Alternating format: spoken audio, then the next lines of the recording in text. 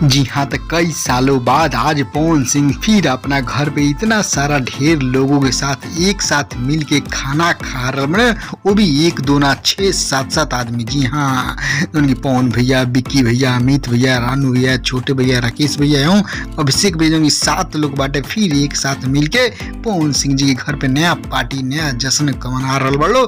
कल शूटिंग पूरा कर कैल लो, आज देर दोपहर के बेड छोड़ लो उठल लो, तो वह देर दोपहर के नाश्ता कैल, वह नाश्ता कैल फोटो अमित भैया शेयर कैना चारों तरफ वायरल कैना, उनके फिर फैंस भी धूम मचा दल बने। जी हाँ, तो पवन सिंह के फैंस लोग पवन सिंह का हर लेटेस्ट न्यूज फोटो खबर जानल चाह लो, तो भाई भोजपुरिया भी आप लोग हमेशा तत्पर रहला, हमेशा सबसे पहले लेटेस्ट न्यूज लेके आवत रहला।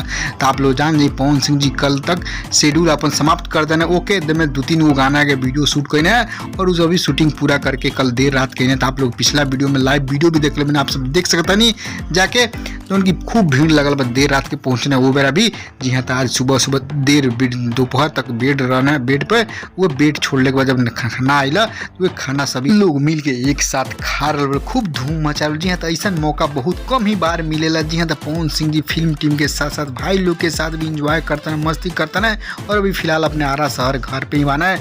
अब देखा लगला नेक्स्ट प्रोजेक्ट का बा, फिल्म की शूटिंग हुई या कोई एल्बम वीडियो के शूटिंग हुई, जैसे ही खुला समय से आप लोग बताओ ली। तो आप लोग नया खबर कैसा लगल, आप लोग नया जरूरी खबर पसंद को लाइक करें शेयर करें सभी फ्रेंड्सों के बाद, ताकि वो लोग भी जान। और गाना की कहल जाओ तो गाना आज कल भइल बा पोस्टर आवल। जी हाँ, तो पिछला 8-9 गो गाना बाकी बा और फिर 2-3 गाना और हो गए, 10-11 गाना बावल बा, कमिंग सुनूंगा सभी गाना।